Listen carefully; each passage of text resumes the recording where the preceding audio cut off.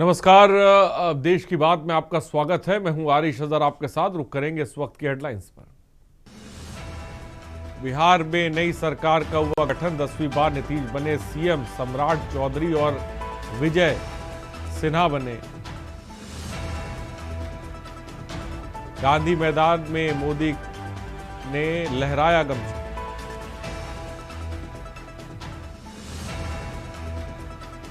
नेपाल में फिर भड़क उठा जनसेट का हिंसक प्रदर्शन।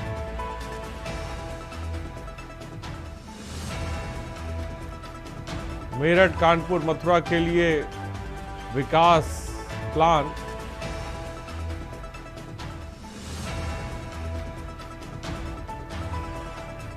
प्रैक्टिकल लैब की बस्ती छात्रों पर पड़ी भारी।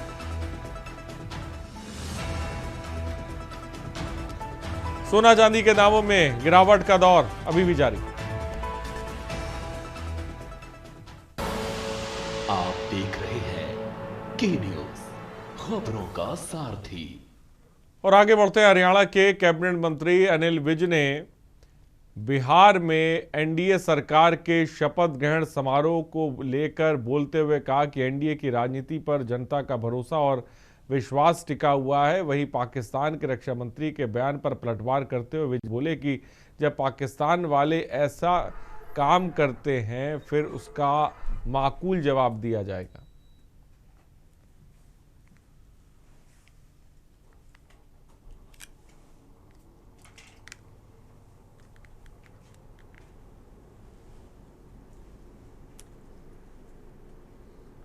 तो अंबाला से खबर इस वक्त आपको बता रहे हैं।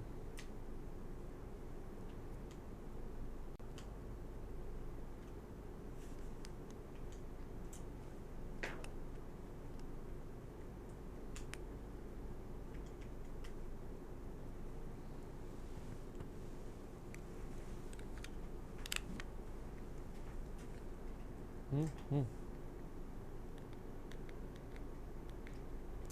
हम्म हम्म हम्म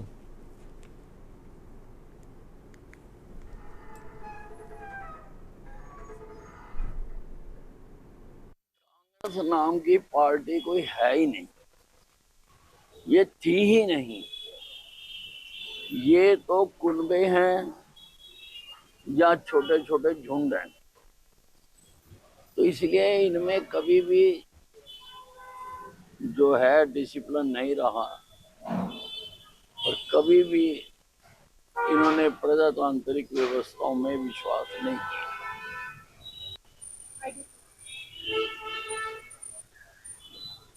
शोर मचाए शोर।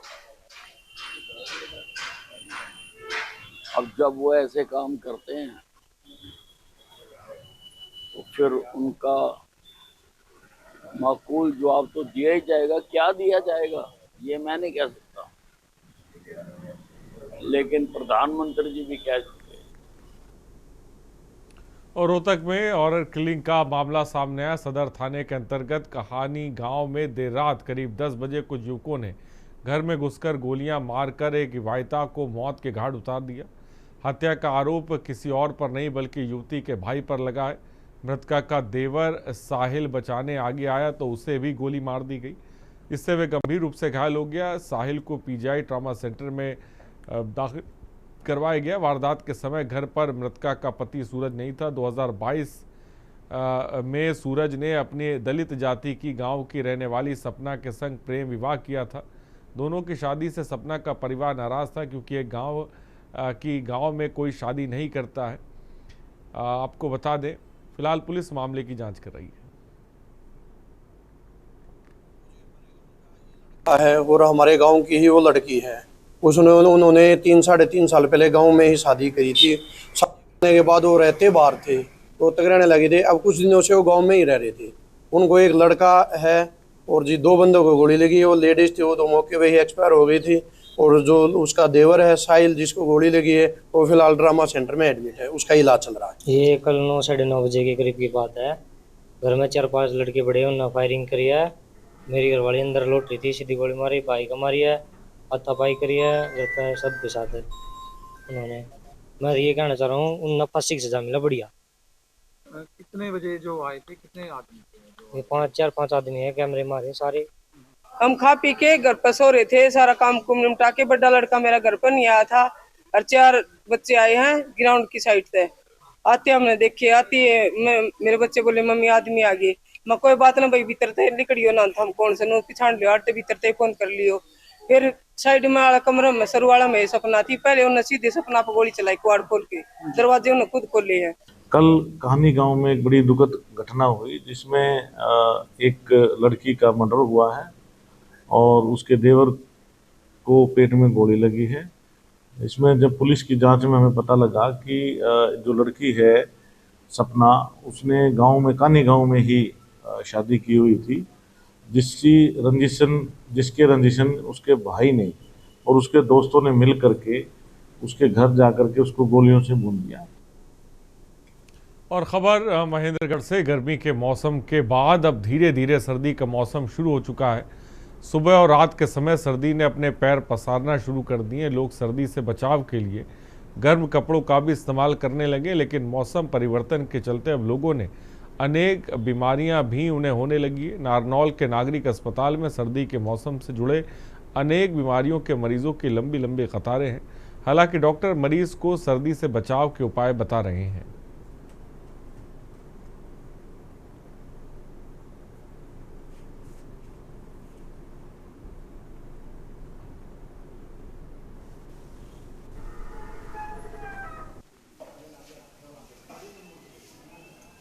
बताना चाहूँगा कि अभी जो मौसम जैसे परिवर्तन आ रहा है, गर्मी से सर्दी आती है, तो उसमें खासकर जो सांस के मरीज हैं और जो हार्ट के पेशेंट हैं उनको ज़्यादा दिक्कतें बढ़ती हैं, क्योंकि जब इस मौसम में ठंड की वजह से नसें सिकुड़ने का भी डर रहता है, तो हार्ट अटैक भी थोड़े चांस बढ़ जाते हैं।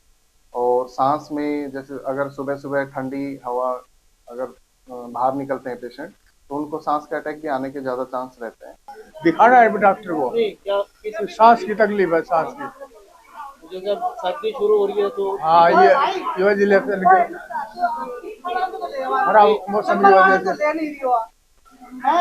बहुत ज्यादा तकलीफ है। जी सांस नहीं आता, रात को सोने नहीं पाते पूरी रात। जैसे ठंड आती है तो ज्यादा बढ़ती है। हाँ, ठंड की वजह से हो जाती है, कुछ ये प्रदूषण की वजह से भी होता मेरे है। पूरे शरीर में स्वेलिंग आ रही है और आधा शरीर सर जी मेरा काम नहीं करता है, बोलने में बैठने में दिक्कत है। तो सर्दी और गर्मी में कोई फर्क पड़ता है? सर जी मौसम परिवर्तन की वजह से, वेदर की वजह से ऐसा थोड़ा हो रहा है। इस वजह से गर्मी में कम दिक्कत रहती है, गर्मी में कम दिक्कत रहती है, सर्दी में थोड़ा ज्यादा दिक्कत रहती है। तो कल से हम यहाँ पे चक्कर काट रहे हैं। ये ना अपने एम्प्लॉय जो है, इनके जानकार है, वो तो करवा रहे हैं, बाकी जो अदर मेंबर है उनका कुछ भी नहीं कर पा रहा। मैं यहाँ पे अपने सिविल हॉस्पिटल के अंदर अपना दिखाने, जैसे हाई बीपी की दिक्कत रहती है, काफी दिनों से दिक्कत चल रही है। जैसे ठंड का मौसम होता है तभी मेरे कुछ दिक्कत हो जाती है, जैसे छाती में दर्द होना, मलगम जमना, सांस में दिक्कत होना।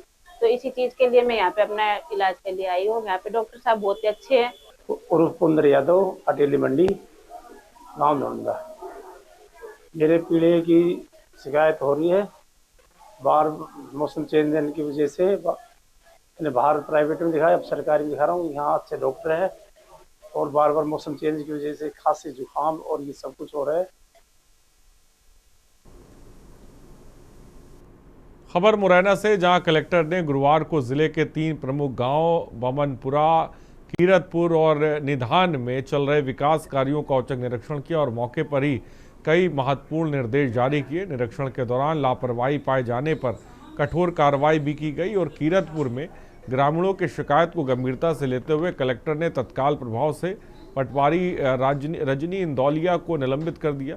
कलेक्टर के निर्देश पर जेल रोड पर अवैध रूप से रेत ले जा रहे 2 ट्रैक्टर को तुरंत जब्त किया गया।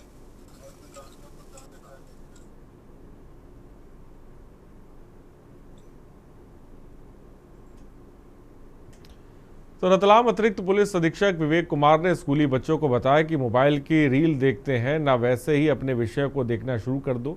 और आप अपने मोबाइल से अपना फोटो फेसबुक या किसी सोशल मीडिया प्लेटफॉर्म पर डालते हैं तो उस फोटो का बहुत लोग मिसयूज़ करते हुए अश्लील फोटो बनाकर ब्लैकमेल करते हैं। तो सोशल मीडिया का ध्यान रखना चाहिए और बताया गया कि अपने मोबाइल पर कोई भी लिंक आती है तो उससे ओपन ना करें, नहीं तो सीधे खाते से पैसे कट जाते हैं।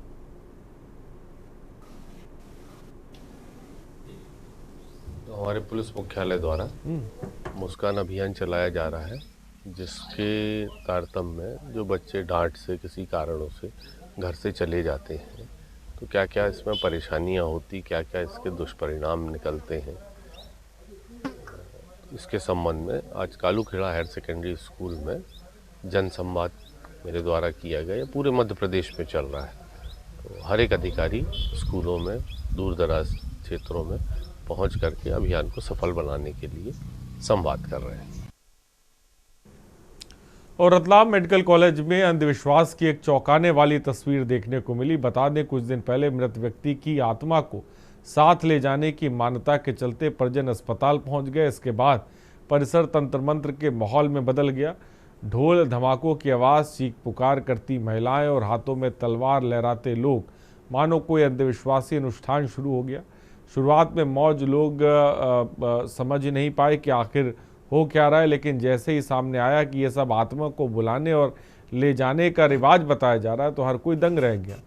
ज्ञान विज्ञान के इस तरफ तेज़ रफ्तार वाली दुनिया में जहाँ इंसान चांद पर पहुँच चुका है, वहीं समाज के कुछ हिस्सों में अभी भी अंधविश्वास गहराया हुआ है।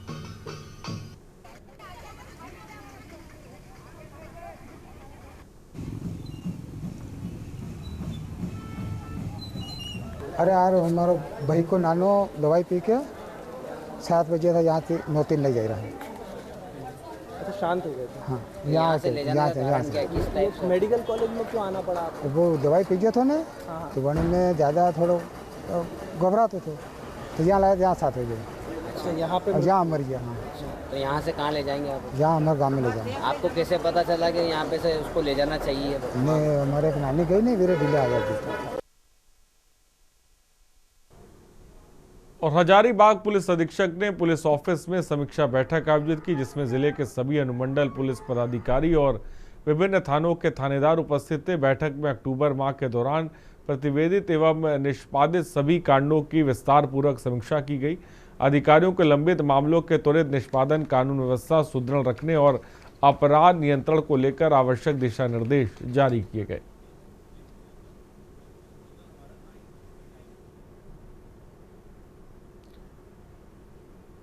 और हजारीबाग शहर के फुटपाथ दुकानदारों पर नगर निगम की कथित कार्रवाई के बाद उपजे संकट पर कांग्रेस कार्यकर्ताओं ने संज्ञान लिया। गरीब फुटपाथ संघ के दुकानदारों ने कांग्रेस कार्यकर्ता और पूर्व विधायक प्रत्याशी मुन्ना सिंह से मुलाकात कर अपनी पीड़ा सुनाई। दुकानदारों का आरोप है कि नगर निगम द्वारा उन्हें लगातार उजाड़ा जा रहा है, लेकिन बसाने की कोई व्यवस्था नहीं की जा रही है। फुटपाथ दुकानदारों ने बताया कि पिछले 15 दिनों से उन्हें लगातार टारगेट किया जा रहा है, जिससे उनकी रोजी रोटी पूरी तरह से ठप हो गई है।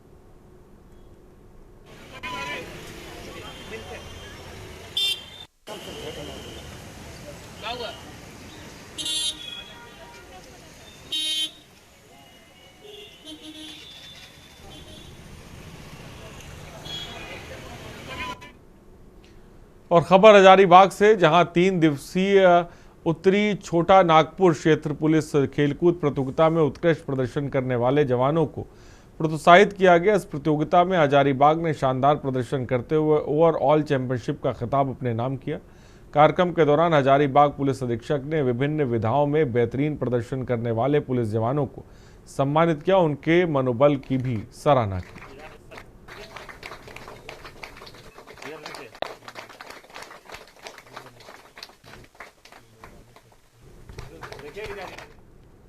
और छत्तीसगढ़ के सरगुजा जिले में गुरुवार को राष्ट्रपति द्रौपदी मुर्मू के जनजाति गौरव दिवस कार्यक्रम में शामिल होने पहुंची पंडो जनजाति के लोगों को जिला प्रशासन ने बीच रास्ते में रोक दिया। इस जनजाति से आने वाले देश की पहली आदिवासी राष्ट्रपति सरगुजा पहुंची थी। उसी जनजाति के लोग उनसे मिलने के लिए तरस गए। जिले के लखनपुर विकासखंड के ग्राम परसोडीकला के पंडो जनजाति के लोग राष्ट्रपति का स्वागत करने और उनसे मिलने अंबिकापुर के गांधी मैदान पहुंचने के लिए निकले थे, लेकिन जैसे ही उनकी गाड़ियां सिंगी टाना क्षेत्र के चेकपोस्ट के पास पहुंची, जिला प्रशासन ने अधिकारियों ने उन्हें आगे जाने से वापस लौटा दिया।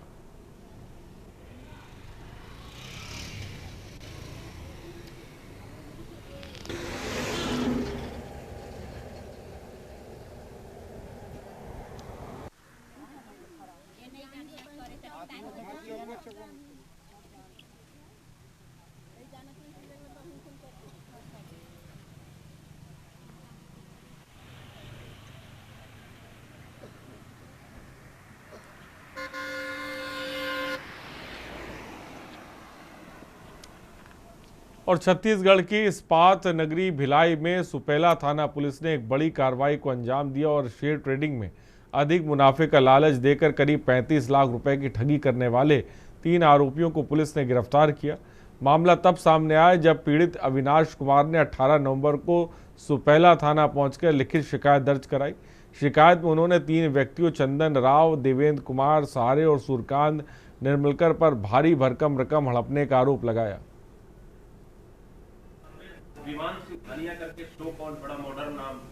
थाना सुपेला में शेयर ट्रेडिंग के नाम से धोखाधड़ी के संबंध में एक आपराधिक प्रकरण पंजीबद्ध किया गया है, जिसमें प्रार्थी अविनाश कुमार ने थाने में एक लिखित शिकायत दी है। इसकी मुलाकात सेक्टर 1 निवासी 3 व्यक्तियों से हुई, जिनके नाम चंदन राव, देवेंद्र कुमार सहारे और विवान सिंघानिया और सूर्यकांत निर्मलकर। इन तीनों व्यक्तियों ने शेयर ट्रेडिंग में 10 से 15% प्रति माह कमाई का झांसा देकर के, प्रलोभन देकर के, और जो प्रार्थी उसके परिजनों और उसके दोस्तों के नाम से लगभग 35 लाख रुपए लेकर के स्नेहांशु नामदेव की कंपनी निशा इन्वेस्टमेंट प्राइवेट लिमिटेड और निशा बिजनेस कंसल्टेंसी और साथ ही यूनिक इन्वेस्टमेंट सॉल्यूशन इसमें करवाया। और पेंड्रा थाना क्षेत्र के ग्राम पदगवा के राठौर मोहल्ले में 2 फरवरी 2024 को निर्मला बाई की हत्या के सनसनीखेज मामले में द्वितीय अपर सत्र न्यायाधीश पेंड्रा रोड की अदालत ने आरोपी बेटे शिवम मिश्रा उर्फ शिवा को दोषी करार देते हुए आजीवन कारावास की सजा सुनाई। कोर्ट ने आरोपी पर 1000 रुपये का अर्थदंड और अर्थदंड न देने पर 6 माह अतिरिक्त कारावास का आदेश भी दिया।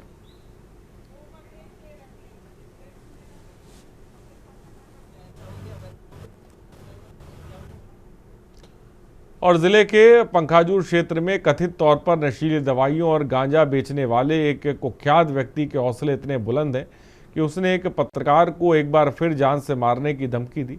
इस घटना ने क्षेत्र में कानून व्यवस्था की स्थिति और पत्रकारों की सुरक्षा पर गंभीर सवाल खड़े कर दिए।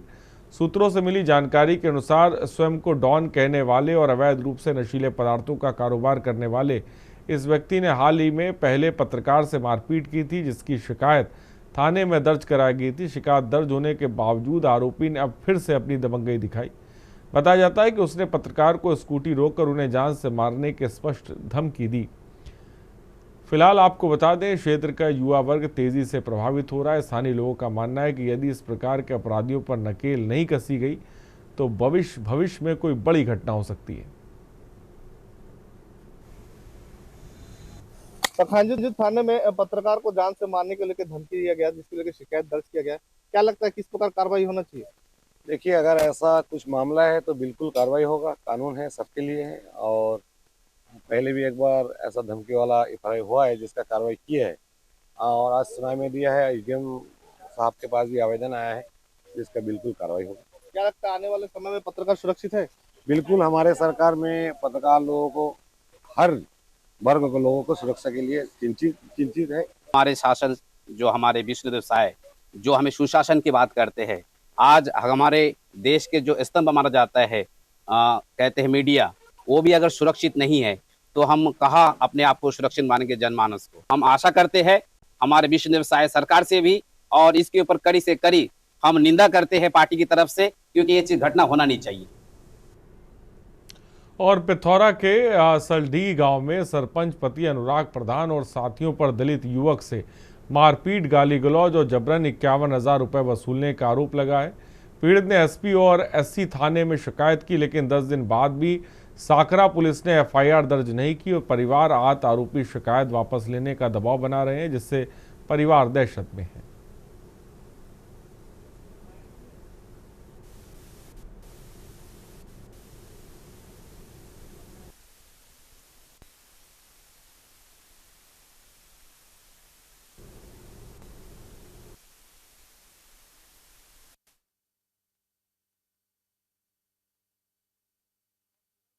इस बीच बड़ी खबर आपको बताने जा रहे हैं।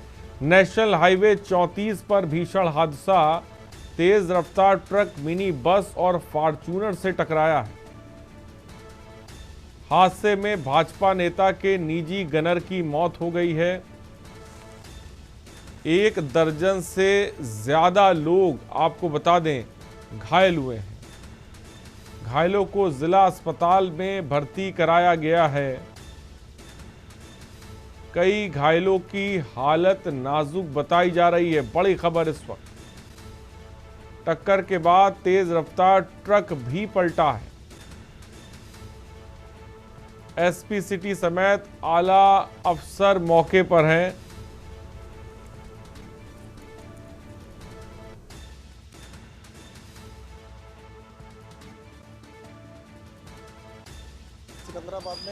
सिकंदराबाद हाईवे पर बिलसुरी चौकी के समीप एक बस को पीछे से तेज रफ्तार से आती हुई ट्रक ने अनियंत्रित होकर टक्कर मार दी, जिससे बस जो है डिवाइडर से टकरा गया और पलट गई। इसके साथ ही ट्रक भी जो है वो मौके पे पलट गई। इसके अलावा एक अन्य गाड़ी जो उसके बगल में चल रही थी, 4 पहिया छोटा वाहन, वो भी टक्कर खा के क्षतिग्रस्त हो गई। इसमें एक व्यक्ति की अस्पताल ले जाते वक्त मृत्यु हो गई और शेष अन्य 10 घायलों को जिला हॉस्पिटल में भर्ती कराया गया है। और सीतापुर से खबर है, अवैध अतिक्रमण पर चला प्रशासन का बुलडोजर। डीएम के निर्देश पर महमूदाबाद नगर पालिका ने की कार्रवाई। बस स्टॉप, चौराहा, सब्जी मंडी, रामकुंड पर चला अभियान। दुकानों के बाहर तक लगे 3 शेड बुलडोजर से ढाए। सड़क किनारे अतिक्रमण से ट्रैफिक संचालन से समस्या। ईओ नियम चौधरी की मौजूदगी में अभियान चलाया गया।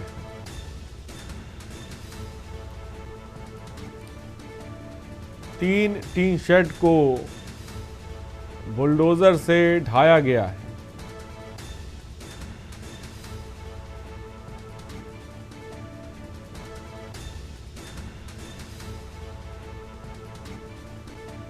तस्वीरें आप देख सकते हैं, महमूदाबाद नगर पालिका ने कार्रवाई की है।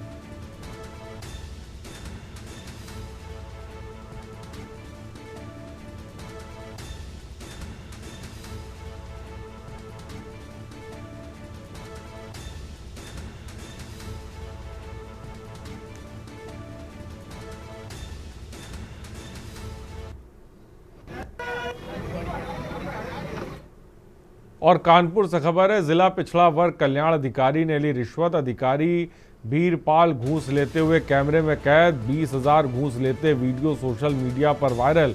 आला अधिकारियों ने वायरल वीडियो का संज्ञान लिया है। जांच कराने के बाद कार्रवाई कर रहे हैं ने की बात कही है। कानपुर के विकास भवन कार्यालय का मामला है।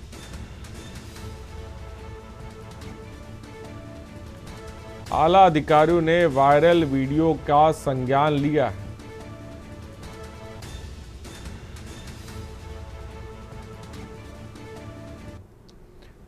और राजधानी लखनऊ में यातायात माह के मद्देनजर चलाया जा रहा जागरूकता अभियान। ट्रैफिक पुलिस ने anti crime anti corruption mission Bharat trust संस्था के साथ मिलकर अभियान चलाया। अभियान में ट्रैफिक नियमों का उल्लंघन करने वाले लोगों को जागरूक किया गया। बिना हेलमेट सफर कर रहे बाइक सवारों को वितरित किए गए हेलमेट पाकर लोगों में खुशी दिखी है।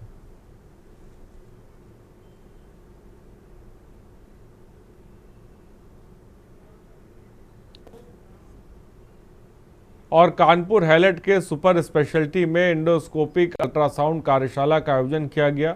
इंडोस्कोपिक अल्ट्रासाउंड से अब पेट की बीमारियों की सटीक पहचान करने में आसानी होगी। साथ ही मरीज का 100% इलाज करने में डॉक्टरों को आसानी होगी। इंडोस्कोपिक अल्ट्रासाउंड से अब मरीजों के शरीर के अंदर कहाँ क्या बीमारी पनप रही है उसका तुरंत पता चलेगा और मरीज को बिना चीरे और बिना बेहोश किए, बिना दर्द के ही उसका इलाज कर दिया जाएगा, जिसमें 5 मिनट का वक्त लगेगा।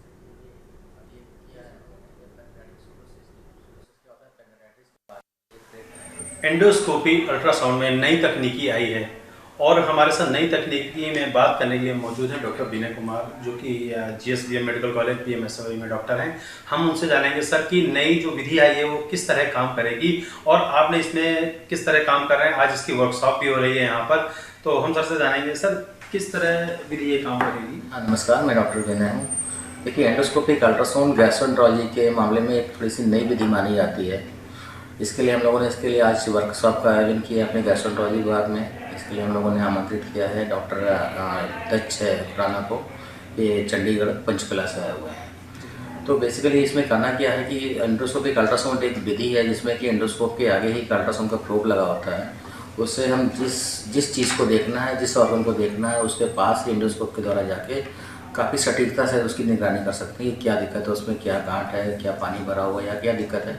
वहाँ से ये देखने के अलावा, इसको हम डायग्नोस्टिक यूएस बोलते हैं, एंडोस्कोपिक अल्ट्रासाउंड डायग्नोस्टिक, कि देखना है क्या, सिर्फ देखना है हमें। इसके अलावा डायग्नोस्टिक के अलावा थेरेपेटिक भी आता है। थेरेपेटिक का रोल क्या होता है कि कभी कभी पैंक्रेटाइटिस के मरीज आते हैं कि पैंक्रेटाइटिस होने के बाद में उनके पेट में पानी की थैली, मवाद की थैली बन जाती है, काफ़ी बड़ी हो जाती है, वो खाने में दिक्कत करती है, रास्ता ब्लॉक कर देती है, उल्टियाँ शुरू होती हैं, वजन कम करना शुरू होता है।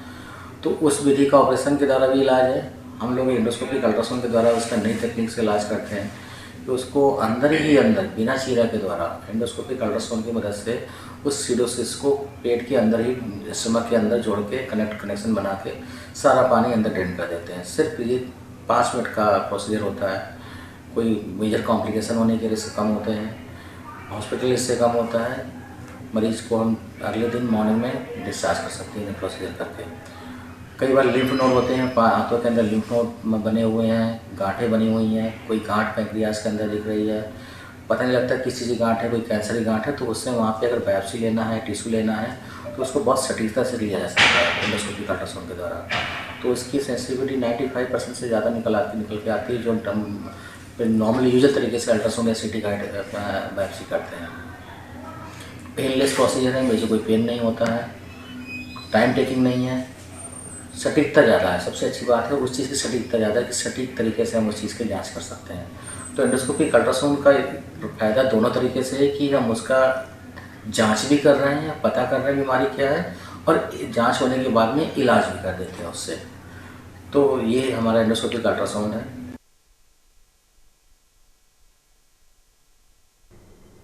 और यहाँ रुकते हैं छोटे से ब्रेक के लिए। हम जल्द हाजिर होंगे कुछ और खबरों के साथ।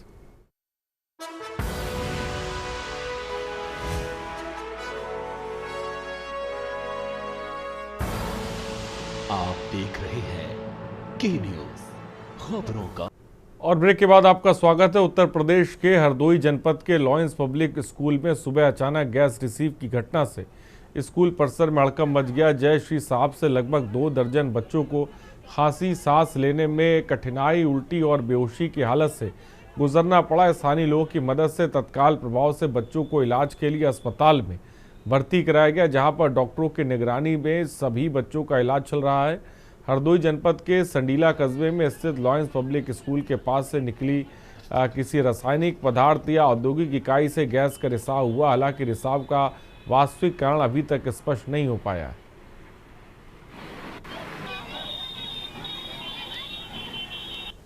मामला क्या, यहाँ पर अभी एक पिछले सप्ताह हमारे मित्र ही हैं, उनके बच्चे को 200 उठक बैठक लगवाई गई। ठीक, उसके बाद उसकी हालत इतनी खराब हुई पूछिए मत। उसके बाद में उस टीचर को दोबारा रिटर्न बुला लिया गया। कौन सा स्कूल है ये? लायंस पब्लिक स्कूल यहाँ पर है। हमारे भी बच्चे पढ़ते, अभी गैस यहाँ पर लीक हुई, हमारी भतीजी को, उसको इतनी दिक्कत बन गई पूछिए मत। इतनी लापरवाही यहाँ पर रहती, पूछिए, कोई जवाब ही नहीं, कोई यहाँ पर पूछने वाला नहीं, बताने वाला नहीं।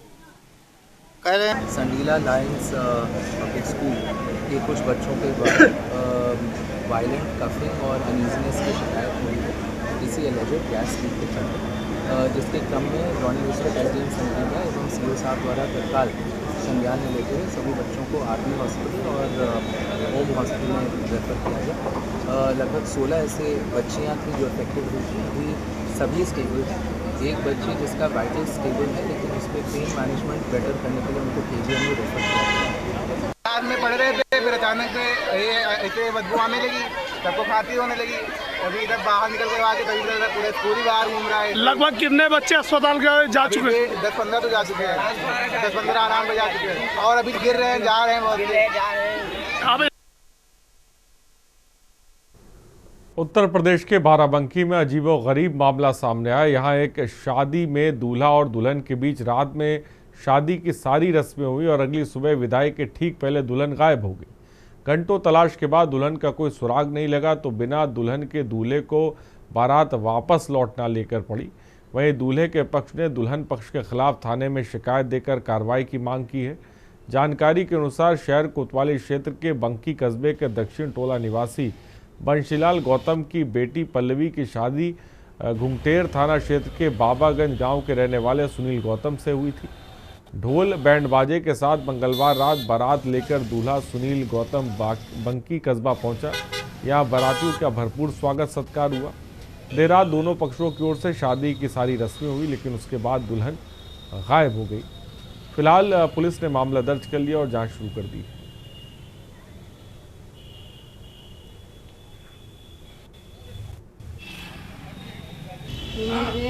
बारात आई थी 18 तारीख को, 18 नवंबर को बारात आई थी और सारी रात शादी हो गई, सब हो गए, फेरे वेरे मोहरे सब हो गए हैं। उसके बाद 9 बजे हम लोग सोचे कलावा का इंतजाम करने लगे छत के ऊपर से। हमें तो ये कल जानकारी हुई, जब बाद में चली गई तब लोग गांव के बताने लगे कि लड़की इससे पहले भी जा चुकी है, लेकिन इससे पहले हमें कुछ नहीं मालूम था। आप लड़के के कौन हैं? हम लड़के के भाई लगते हैं, बुआ के लड़के। पहले भी 2 बार जा चुकी है, लेकिन हम तो पहले से हमको नहीं पता था, लेकिन अब मालूम चला सर कल 19 तारीख को सब गाँव मोहल्ले के समाज वाले बताया है। बीच में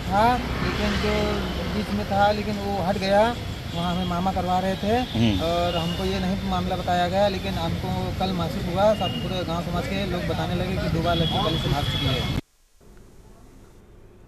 और उत्तर प्रदेश पुलिस के एक सिपाही पर उसकी दूसरी पत्नी ने बेहद गंभीर आरोप लगाए। पीड़ित का दावा है कि सिपाही ने पहले शादी छिपाकर उससे निकाह किया, 1 साल तक शारीरिक मानसिक प्रताड़ना दी और फिर मारपीट कर घर से निकाल दिया। अब तो उसकी हत्या तक करवाने की फिराक में। आरोपी सिपाही का नाम कलीमुद्दीन खान बताया जा रहा है, जिसकी वर्तमान तैनाती चित्रकूट जिले के भरतकूप थाने में है। पीड़िता के मुख्य आरोप है कि सिपाही कलीमुद्दीन खान पहले से शादीशुदा था। ये बात उसने पूरी तरह छिपाई और मुझे धोखे में रखा। फिलहाल पुलिस पूरे मामले की जांच कर रही है।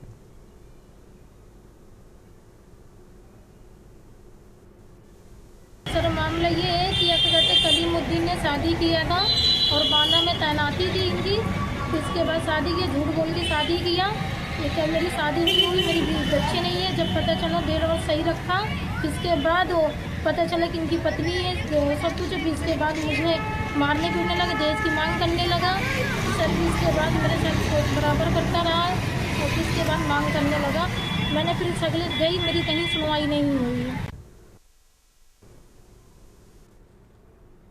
और जब रक्षक ही भक्षक बन जाए तो फिर आम लोगों का भगवान ही मालिक है। जी हाँ, एक बड़ा मामला आया है चित्रकूट धाम मंडल बांदा से, जहाँ पिछले कुछ वर्ष पहले बांदा जनपद में तैनात एक सिपाही यहाँ अपनी जानकारी छिपा करके बांदा में एक महिला से शादी कर ली। बाकायदा निकाह हुआ और 1.5 साल तक उसको पत्नी की तरह बनाकर रखा। इस बीच सिपाही का ट्रांसफ़र बांदा से चित्रकूट जनपद में हो गया और वर्तमान में चित्रकूट के भरतकूप थाने में तैनात है। लेकिन समस्या ये है कि उसने यहाँ एक महिला को ही धोखा नहीं दिया, बल्कि यहाँ पर सरकार और प्रशासन को भी लगातार धोखे में रख रहा है, या ये मामला भी फाइलों में दब जाएगा। लेकिन जिस तरीके से लगातार अभी पिछले दिनों मौधा में एक सब इंस्पेक्टर ने जांच कर रही महिला की हत्या कर दी, आशिकी के चक्कर में कहीं ये आशिकी फिर किसी एक मोड़ पर ना आ जाए, ये एक बड़ा सवाल है। आखिर कब होगी कार्रवाई, क्या महिला को न्याय मिलेगा, ये कह पाना अभी मुश्किल है। बांदा से के न्यूज़ के लिए भगत सिंह। और सोनभद्र जिले के डाइट परिसर में 25 नवंबर को मुख्यमंत्री सामूहिक विवाह योजना के तहत एक बड़ा सामूहिक विवाह कार्यक्रम आयोजित किया जाएगा। समाज कल्याण विभाग द्वारा इस आयोजन के लिए युद्ध स्तर पर तैयारियां की जा रही। सरकार की ओर से प्रत्येक जोड़े को 1 लाख रुपए की सहायता राशि प्रदान की जाती है। इस राशि में से 60,000 रुपये सीधे कन्या के खाते में डीबीटी के माध्यम से भेजे जाते हैं। इच्छुक और पात्र जोड़े इस योजना के लिए समाज कल्याण विभाग के आधिकारिक वेबसाइट पर जाकर ऑनलाइन आवेदन कर सकते हैं।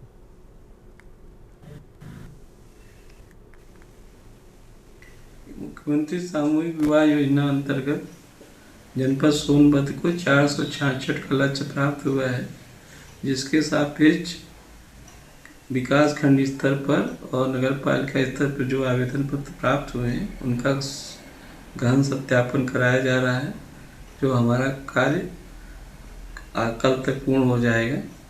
इसके बाद जो भी आगे जोड़े मिल रहे हैं, जिसकी संभावना 400 के आसपास है, उन सभी को डायरेक्ट परिसर में भव्य कार्यक्रम के साथ इसको आयोजित किया जाएगा। अवैध रूप से ग्रेटर नोएडा के रबूपुरा थाना क्षेत्र के नगला हुकुम सिंह गांव में बन रही 3 मंजिला बिल्डिंग गिर गई। यह हादसा बुधवार सुबह हुआ, जिसमें करीब 10 मजदूर बलमे में दब गए। इस हादसे में 4 मजदूरों की दबकर मौत हो गई है। इन चारों शवों को देर रात रेस्क्यू कर बाहर निकाला गया। वहीं 3 मजदूर घायल है, जिनका ग्रेटर नोएडा के अस्पताल में इलाज जारी है। रिपोर्ट्स के मुताबिक ये 3 मंजिला इमारत अवैध रूप से नोएडा इंटरनेशनल एयरपोर्ट के अधिसूचित क्षेत्र में बनाई जा रही थी, जो लिंटर की शटरिंग खुलने के दौरान अचानक धराशायी हो गई।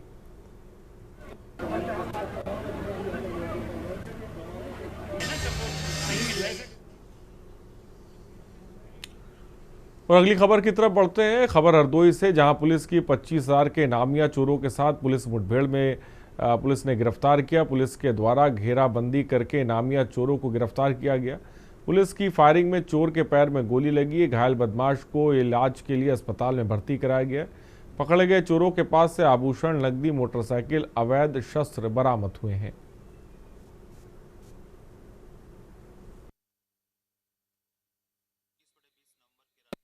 थाना अतरौली पुलिस द्वारा मुठभेड़ में वांछित चल रहे रामजी पुत्र पप्पू निवासी ग्राम कुरसंडा जनपद सीतापुर, जो कि 25,000 का इनामिया भी है, एवं उसका एक साथी विजय पुत्र बुद्धा निवासी ग्राम चंदौली जनपद सीतापुर को गिरफ्तार कर लिया गया है।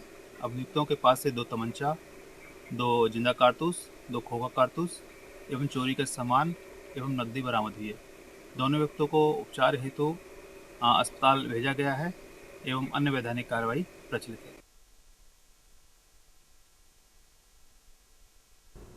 और नोएडा पुलिस का नशा तस्करों पर शिकंजा जारी है। पुलिस कमिश्नर लक्ष्मी सिंह के आदेश पर लगातार कार्रवाई की जा रही है। जिले में 7 थानों में 149 मामलों में नोएडा पुलिस ने 842.866 किलोग्राम गांजा बरामद किया। पकड़े गए नशीले पदार्थों की कीमत 4 करोड़ 21 लाख रुपए है। नोएडा पुलिस द्वारा जब्त किए गए 4 करोड़ 21 लाख की कीमत का नशीला पदार्थ नष्ट किया गया।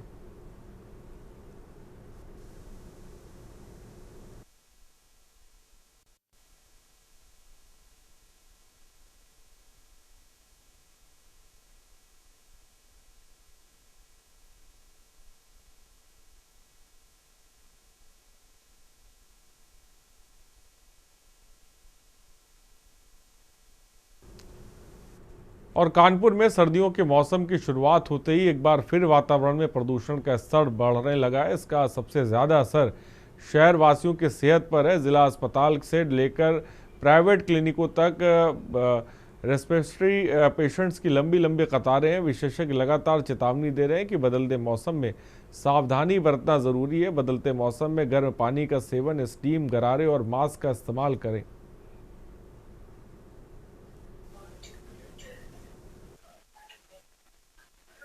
मौसम और प्रदूषण के कारण, क्योंकि कानपुर भी हमारा दिल्ली के बाद प्रदूषण में अच्छा खासा नंबर आ गया है। प्रदूषण और बदलते मौसम, सर्दी की वजह से इस समय बच्चों और अधिक उम्र के बुजुर्गों में ये समस्याएं ज़्यादा पाई जा रही हैं। इसमें सर्दी, जुकाम, सांस के रोगियों के लिए भी दिक्कत हो रही है और कुछ यहाँ पे वायरल भी चल रहा है। आजकल और भी बीमारियां हैं, उल्टी, दस्त और मलेरिया, टाइफाइड, जुकाम, बुखार और यही थोड़ा जकड़न टाइप की और खराश टाइप की आ रही थी, तो इसी वजह से। आज आपने डॉक्टर को दिखाया, डॉक्टर ने क्या बताया, किस तरह से आपको सलाह दी आपकी?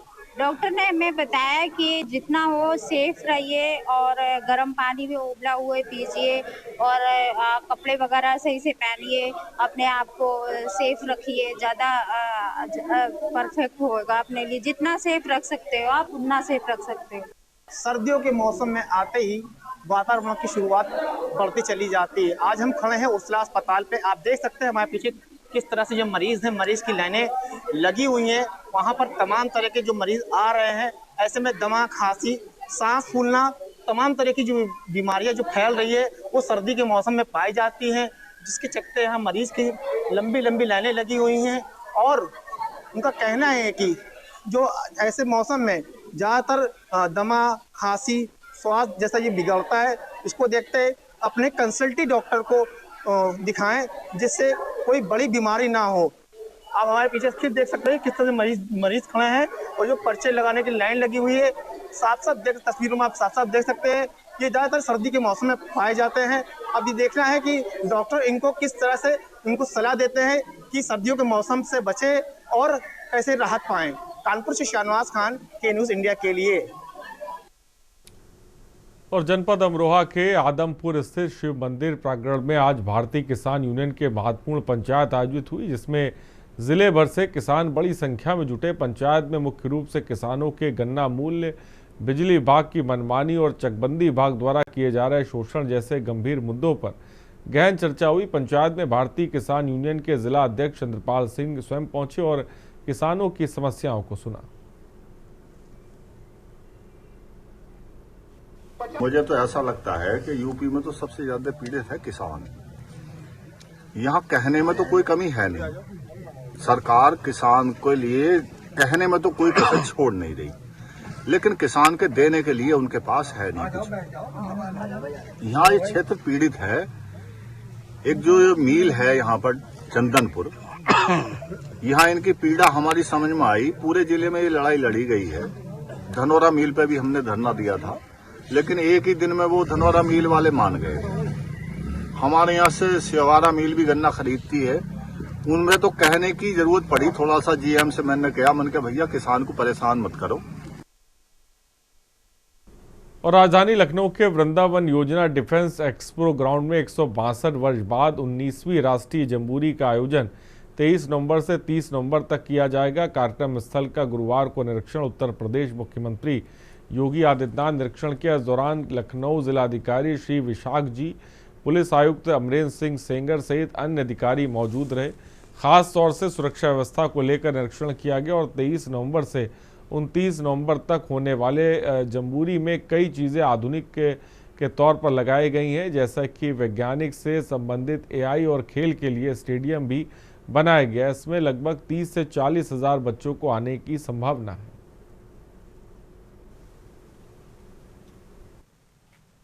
जम्बूरी का आयोजन किया जा रहा है राजधानी लखनऊ के वृंदावन डिफेंस एक्सपो ग्राउंड पर। आपको बता दें कि अब से कुछ ही देर पहले यहाँ पर उत्तर प्रदेश के मुख्यमंत्री योगी आदित्यनाथ पहुंचे थे सुरक्षा व्यवस्था के जो जायजा लेने की, और किस तरह से यहाँ पे व्यवस्थाएं हैं। जो 23 तारीख से 29 तारीख तक ये प्रोग्राम चलेगा। इसमें कई जनपदों से लगभग 30 से 40 हजार बच्चों के आने की जो संभावना है।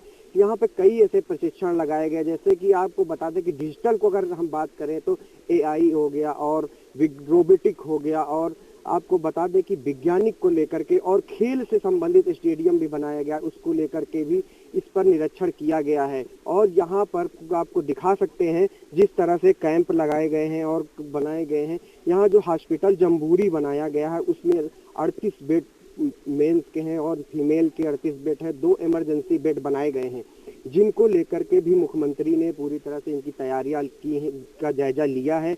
उनके साथ लखनऊ के कमिश्नर और लखनऊ डीएम और आला अधिकारी जो थे वहां पर मौजूद थे। इस तरह से पूरी तरह से ये लगभग 162 साल बाद ये जम्बूरी का आयोजन किया गया है, जिसकी पूरी तरह से सुरक्षा व्यवस्था को लेकर के मुख्यमंत्री स्वयं यहाँ पहुंचे थे। आपको बता दें कि यहाँ पर प्रधानमंत्री भी आएंगे और राष्ट्रपति भी आना है। उनको लेकर के भी सुरक्षा व्यवस्थाओं की जो विशेष अतिथि हैं, बाहर विदेशों से भी कई अतिथियां आने की संभावना है, उनको लेकर के किसी प्रकार की दिक्कतें न हो, जिसको लेकर के हर समय इसकी सुरक्षा व्यवस्था की जायजा ले रहे हैं। मुख्यमंत्री जी यहाँ पहुंचे थे और पूरी आला अधिकारियों से बात की और सुरक्षा व्यवस्था के लिए कई रूट डायवर्जन भी किए गए हैं। के न्यूज इंडिया के लिए आनंद सिंह चौहान, लखनऊ।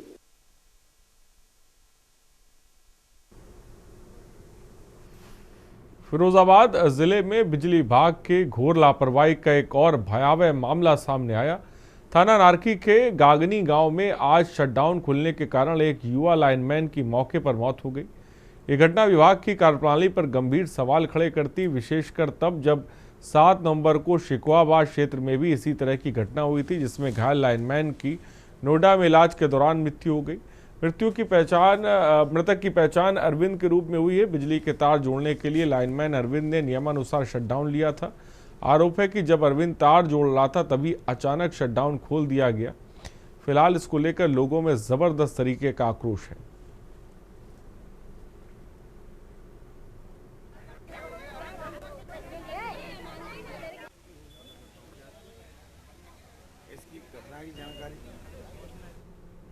और कासगंज जनपद कासगंज के मुख्य चिकित्सा अधिकारी ने जनपद के निजी अस्पतालों में लगातार हो रही मरीजों और गर्भवती महिलाओं की मौत के सवाल पर बेतुका बयान दे दिया। सीएमओ ने कहा कि जनपद में छुटपुट मौतें तो होती रहती हैं।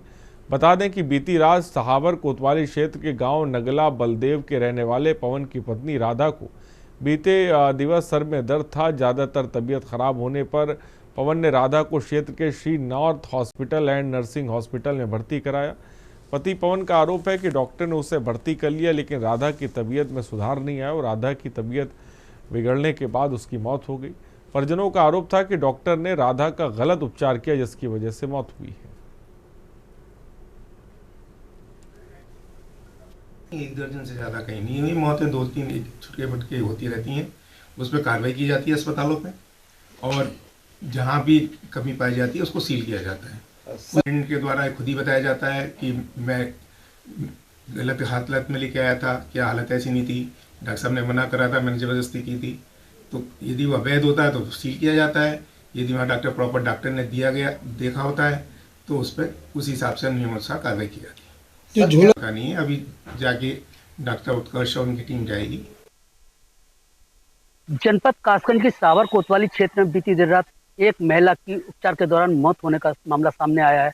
वहीं महिला के परिजनों ने डॉक्टर पर गलत इंजेक्शन लगाने का आरोप लगाया था। इस संबंध में जब सीएमओ से बात की गई तो सीएमओ राजीव अग्रवाल ने बताया कि नोडल की टीम को भेज दिया गया है और अस्पताल की जांच की जा रही है। वहीं सीएमओ राजीव अग्रवाल से जब जिले में लगातार महिलाओं की निजी अस्पतालों में मौत होने का मामला बताया गया कि ज़्यादा मौतें हो रही हैं, तो उन्होंने एक अटपटा सा बयान दिया है कि जिले में छोटी मोटी महिलाओं की मौतें होती रहती हैं। अब इस सवाल पर ही सवाल उठता है कि जब जिले के सीएमओ ही इस तरह के बयान देंगे तो आम डॉक्टर क्यों ना इस तरह की लापरवाही करेंगे। कासगंज से के न्यूज़ इंडिया के लिए प्रशांत सोनी। और बांदा शहर से लगे ग्राम पंचायत मवई बुजुर्ग में श्री राम जानकी मंदिर गोसाई तालाब के पास पिछले 9 दिनों से चल रहा 51 कुंडी गायत्री महायज्ञ हवन पूजन एक दिव्य श्री राम कथा का आज भव्य समापन हो गया। समापन अवसर में सुबह से ही दूरदराज के क्षेत्रों से हजारों की संख्या में श्रद्धालु उमड़ पड़े। सभी ने हवन कुंडों में आहुतियां दी और कथा का रसपान किया। और कथा व्यास पूज्य संत लोकेन्द्र दास जी महाराज ने राम कथा के साथ साथ सामाजिक कुरीतियों पर भी प्रकाश डाला। उन्होंने विशेष रूप से नशा मुक्ति का संदेश दिया।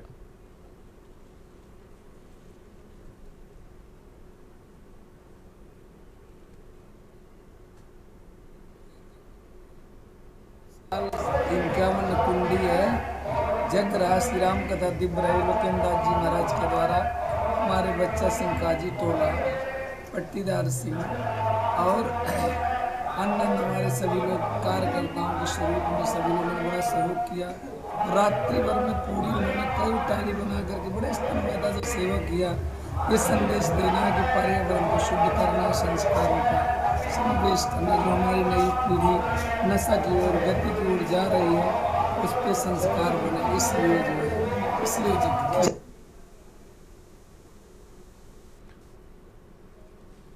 और दिल्ली में हुए हालिया ब्लास्ट के बाद सुरक्षा एजेंसियों की जांच का दायरा उत्तर प्रदेश के बरेली तक पहुंच गया है। केंद्रीय खुफिया एजेंसियों से मिले इनपुट के आधार पर बरेली के कैंट थाना क्षेत्र के मोहनपुर में स्थित 2 बड़े मीट फैक्ट्रियां रहबर फूड और मारिया फ्रोजन पुलिस और लोकल इंटेलिजेंस यूनिट के रडार पर है। पुलिस ने इन फैक्ट्रियों में काम कर रहे कश्मीरी लड़कों की तलाश में छापा मारा। पुलिस और एलआईयू ने पाया कि दोनों मीट फैक्ट्रियों में कुल 27 कश्मीरी युवक सिक्योरिटी गार्ड के रूप में काम कर रहे थे, जिनके बारे में जांच की जा रही है।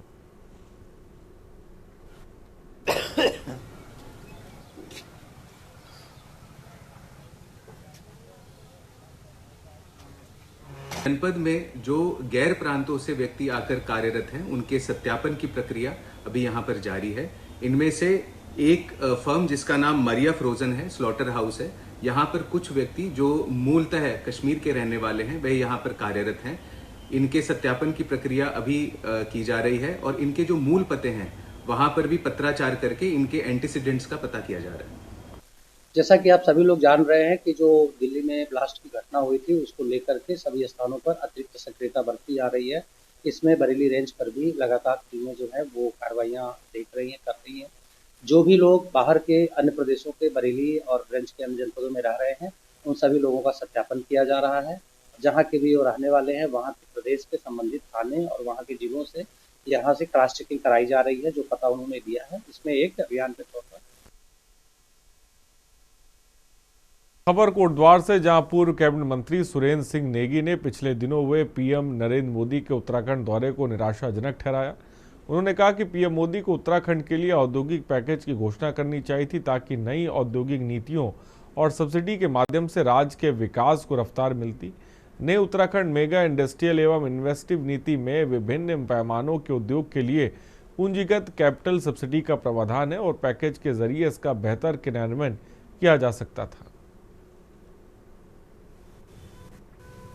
पर औद्योगिक वातावरण बनता, लोगों को यहाँ पे रोजगार मिलना प्रारंभ हो जाता और रोजगार के दृष्टि से एक पैकेज देते और जो पलायन रोकने के लिए भी दूसरा पैकेज देते कि कैसे यहाँ पर लोगों को पलायन रोका जाए, कैसे यहाँ के लोगों को यहीं पे रोजगार दिया जाए।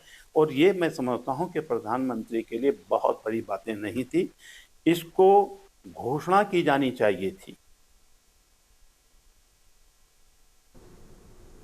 सरोवर नगरी नैनीताल की सीवरेज परेशानियों को कम करने के लिए बनाई गई 110 करोड़ की योजना में घोटाले को लेकर ग्रामीणों ने मोर्चा खोल दिया है। ग्रामीणों का कहना है कि कार्यदायी संस्था ने सीवर पाइप को चौड़ा करने के बजाय पुराने पाइप के अंदर लेयर लगाकर और भी पतला कर दिया है।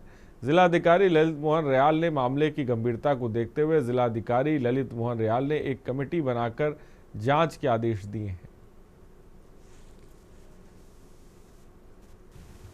ये एसटीपी जो सीवर ट्रीटमेंट प्लांट है ये रूसी में बनना था, इसको हम शुरू दिन से समझ नहीं पाए और आज भी नहीं समझ पाए, क्योंकि 100 साल या 50 साल आगे की योजना बनाते हुए किसी भी लाइन का डाया चौड़ा करा जाता है, जबकि इसका ठीक उलट नैनीताल माल रोड में इसका डाया कम कर दिया गया। कहा कि इसमें एक लेयर ऐसी चढ़ा दी कि इस पाइप की लाइफ 50 साल आगे बढ़ गई है, लेकिन लाइफ तो बढ़ गई मान लेते हैं, लेकिन डाया तो घट गया।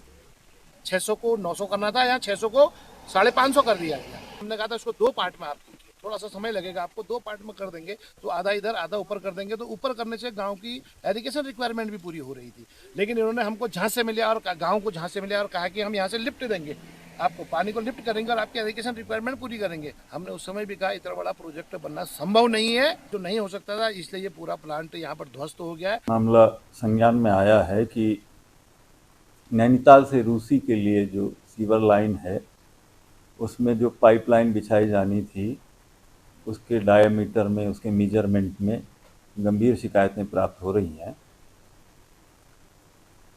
तो हम उसको एग्जामिन करवाएंगे। अदर डिवीज़न जो पेयजल निगम का है और उसमें एक एडमिनिस्ट्रेटिव अफसर एडीएम को भी रखेंगे, इनकी संयुक्त जांच रिपोर्ट उसमें हम तलब कर रहे हैं कि जो डीपीआर में जो मेंशन था धरातल पे क्या वो इम्प्लीमेंट हुआ या नहीं। अगर उसमें वेरिएशन पाए जाते हैं या जो शिकायत आ रही है उसमें सत्यता की पुष्टि होती है, सर्टेनली उसमें कठोरतम कार्रवाई की जाएगी। और देश की बात में फिलहाल इतना ही। देश दुनिया की तमाम खबरों के लिए आप बने रहिए के न्यूज़ के साथ। नमस्कार।